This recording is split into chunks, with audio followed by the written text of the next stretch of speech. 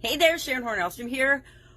Let's talk about the business-related idiom, and it is definitely business-related.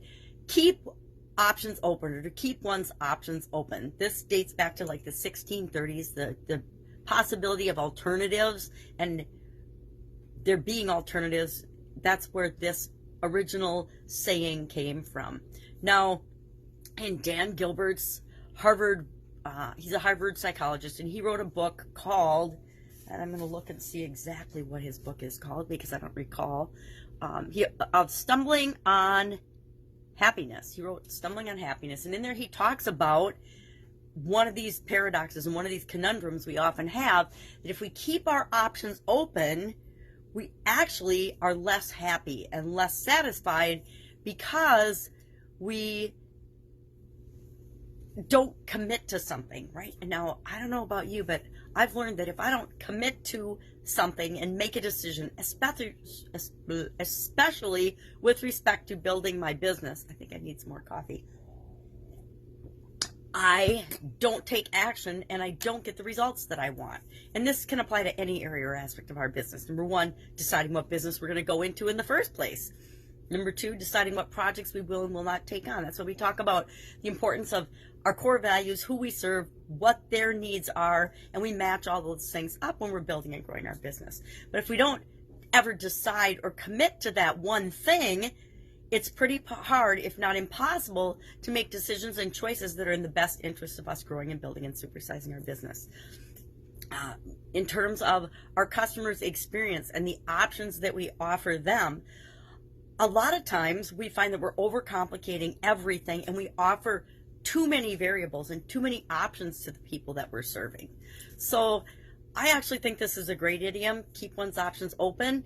I think it means be flexible until you make a decision and do your research, do your homework, do your due diligence. But once you decide, go all in on that choice. Commit to making that work. Once I decide to start a business, I don't flim-flam and say, oh, maybe I'll try this, maybe I'll try that. Maybe if it works out and I get customers right away, I'll keep doing that business. No.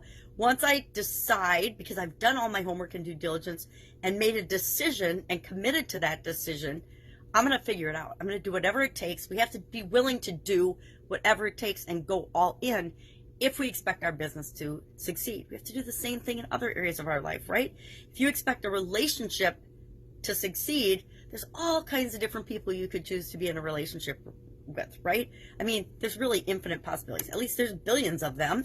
But once you decide that this is the person for you, you have to cut off all other options and continue to build that relationship and work on that relationship. So, true of our businesses as well. We have to decide, commit, and it doesn't mean we don't ever change our mind. I've got businesses that I've shut down because I wasn't committed to them anymore, right? Or I sold because my interest had been in that business initially, grew it to a certain size, and then I sold it because that was pretty much my strategy and plan all along. So love to know your experience with this particular idiom. Do you find that if you keep your options open, and I think that dating and relationships is where this really shows up. If you're keeping your options open when you're dating somebody and you're open to other relationships, guess what? That other person knows that and senses that and feels that. And if they want more, sayonara, baby, because they're not going to wait around for you.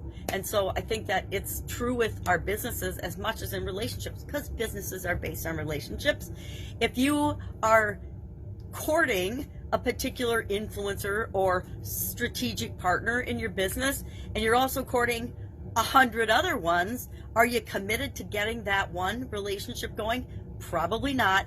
The person will know that, the potential business partner will know and sense that, and they'll be like, yeah, you're not the right fit for me.